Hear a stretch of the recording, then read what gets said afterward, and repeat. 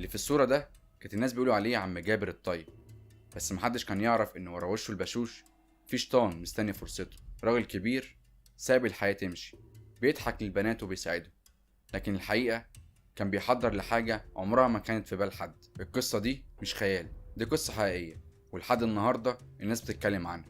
هنعرف ازاي عم جابر حول الطيبة لقناع، وازاي الحب المريض ممكن يتحول لجريمة أبشع مما تتخيل.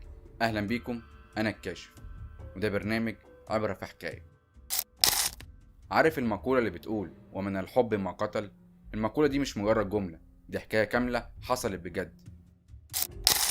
في أوائل التسعينات وفي حي راقي وهادي جدا في اسكندرية. بطلة حكايتنا النهاردة اسمها سعاد، بنت عندها 19 سنة، بسيطة وعلى نيتها ومن أسرة فقيرة. خلصت دبلوم وقالت تنزل تشتغل عشان تساعد أهلها وتربي إخواتها الصغيرين زي أي بنت جدع بتحاول تقف جنب بيتها. اشتغلت في مصنع بسكويت صغير، بس صاحب المصنع كان صارم جدا، ما بيشغلش عنده غير بنات كويسين، يعني تكون بنت مؤدبة وساكتة وفي حالها وسمعتها زي الفل.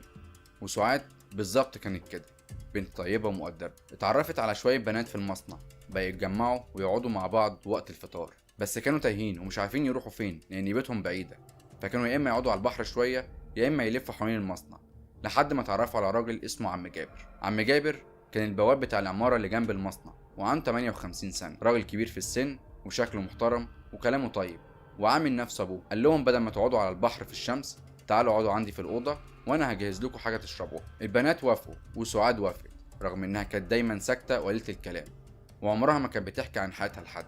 وعم جابر كان واخد باله من ده كويس جدا، ومع الوقت بقى كل البنات عنده زي بناته، يحكوا له مشاكلهم ويساعدهم ويحن عليهم. ما كانش متجوز وما عندوش عيال، قال لنفسه اهو بعمل خير في البنات الغلابه دول. لكن سعاد كانت مختلفه، ما كانتش بتحكي ولا تضحك كتير، سايبه لنفسها مساحه امان وخصوصيه.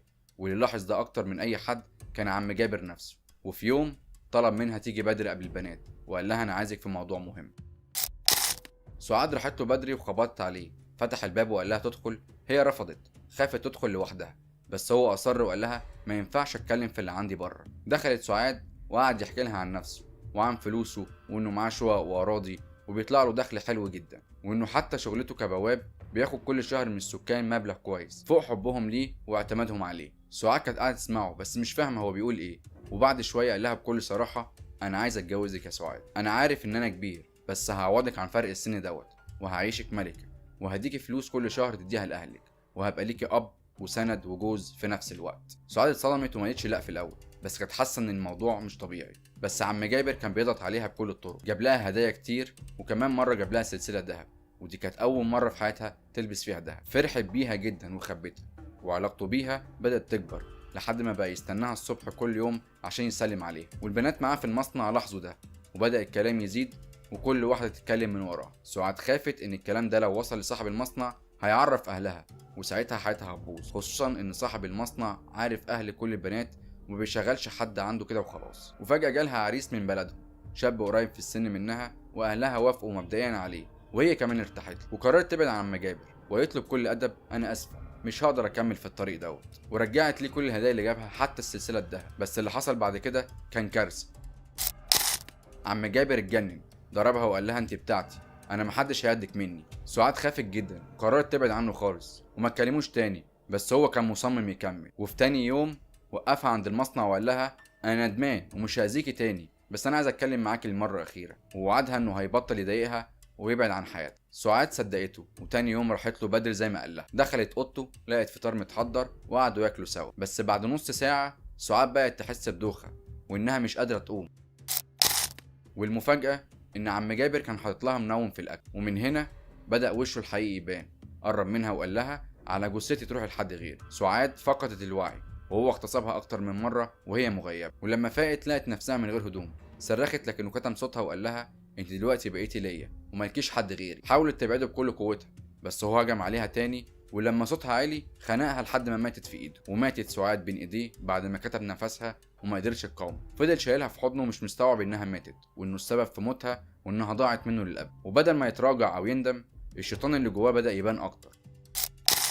اغتصبها تاني وهي ميتة، زي ما سمعت كده، جثة، لكن هو قلبه كان ميت اكتر منها. لا احترم حرمة الموت ولا جسد البنت اللي كانت في يوم من الايام بتشوفه راجل طيب. فضل يعمل كده كذا مره لحد تاني يوم، فضل قاعد قدام جثتها مش مصدق اللي عمل، وقعد بالساعات يبص لها وهو ميت من الذنب. بس بعدين بدأ الشيطان اللي جواه يتكلم. حفر حفرة في أرضية الأوضة ودفنها، وقال لنفسه كده محدش هيعرف. بس بعد يومين سعاد وحشته، فقرر يطلعها من الحفرة ويقطع راسها ويلفها في ملاية ويحطها على السرير عشان يشوفها. بس الريحة بدأت تطلع والجيران بدأت تشمها، وواحد من الجيران خبط عليه، بس عم جابر اتظاهر انه مريض. سأله عن الريحة الغريبة دي، وطبعا رد عم جابر كان جاهز وقال له بصوت كأنه مريض: تلاقي المجاري يا بيه، هشوف المشكلة فين وحلها. بس هو ما كانش عارف يخفي الريحة. رجع حفر تاني ودفن الراس بعيد عن الجسم ولم هدومه وخد شنطته وهرب. الجيران لاحظت ان الريحة زادت وراحوا يخبطوا عليه، وطبعا هو كان هرب.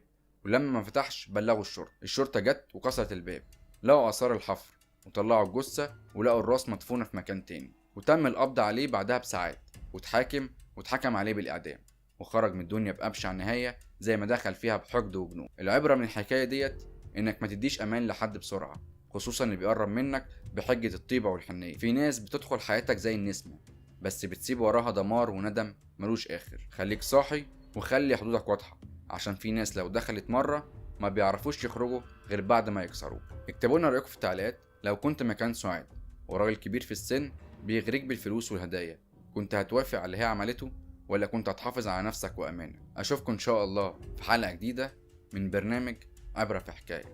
سلام عليكم.